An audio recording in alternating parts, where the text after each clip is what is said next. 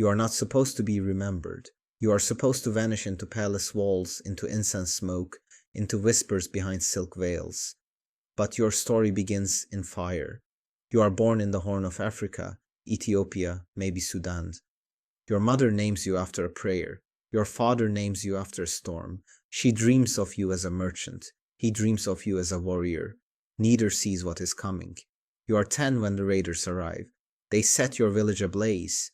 You watch your uncle die with a hoe in his hands. You see your mother dragged away. Your father vanishes into the smoke. You are taken.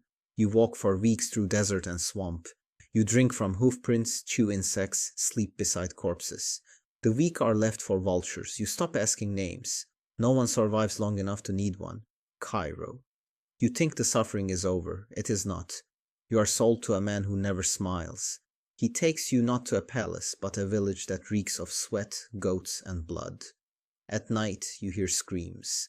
New words enter your world: shaving, bamboo tube, sand burial. When it is your turn, you are 12, they hold you down. The priest cuts not only your manhood, but your future. A reed is shoved into your urethra.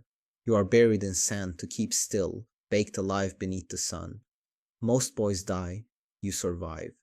Your reward: infection, fever, the stench of rot that never leaves. You will never father a child. You will never feel desire. You are called clean, but nothing about you is clean. Topkapi Palace. 15 boys began the journey from Cairo. 7 remain. You are one of them. You are shaved, bathed, perfumed, and renamed. Not by choice, but because you stink. They call you Velvet Blossom, a mockery, a flower that cannot bloom. In the palace, silence is survival. You learn to bow, hold keys, deliver messages. White eunuchs guard the schools. Black eunuchs like you guard the harem gates. They say it is protocol. You know it is race. You are forbidden to enter, yet always forced to watch. The palace is its own language: perfume, silk, deception. Every glance rehearsed, every word calculated. You learn to read people the way others read scripture. But at night, your body betrays you. The reed slips. Your sheets reek of piss and lavender.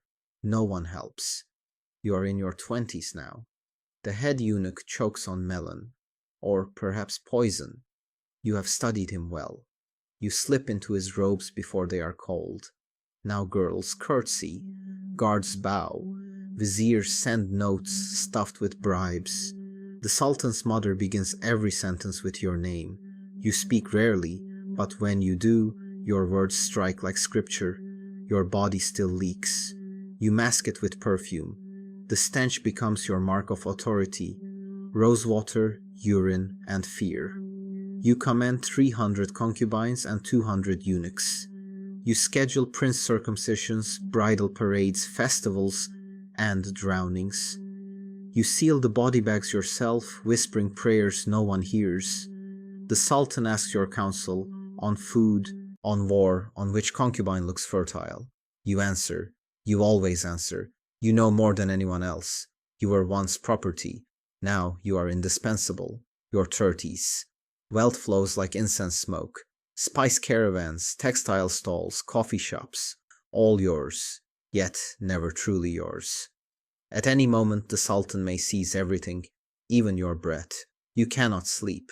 Every knock at your door could be poison, daggers, betrayal. The Sultan's mother smiles too wide. She knows you have become essential, too powerful, and that is dangerous.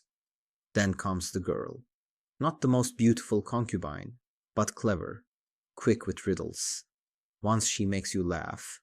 You should not have laughed. You linger too long. You grant her silk, lighter duties. Someone notices. Someone always notices. She is reassigned. She bows, then disappears. You say nothing. Silence keeps you alive. Your 40s. They call you Velvet Jasmine, the shadow father, the ghost that rules the harem. Ministers tremble when you whisper. The Sultan, now old and weak, takes your word as law. Every decision flows through you. You have never been more powerful. And yet, You are a monument carved from compromise. Your body softens, your chest rounds, your voice thins. The silver catheter gleams beneath your robe. You bathe in rose oil to hide the rot that clings to you. You are surrounded by beauty, dancers, poets, singers, but you touch none of it. You eat alone.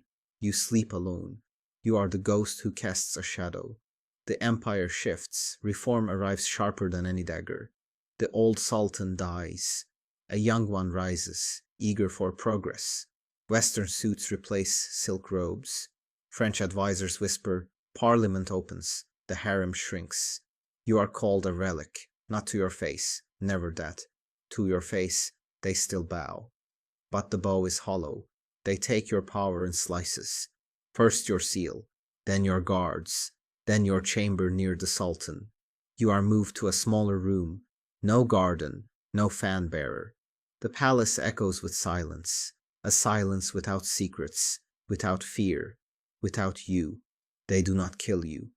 They retire you. A ceremony quiet as dust. A younger eunuch takes your place, his robe too clean, his eyes too eager.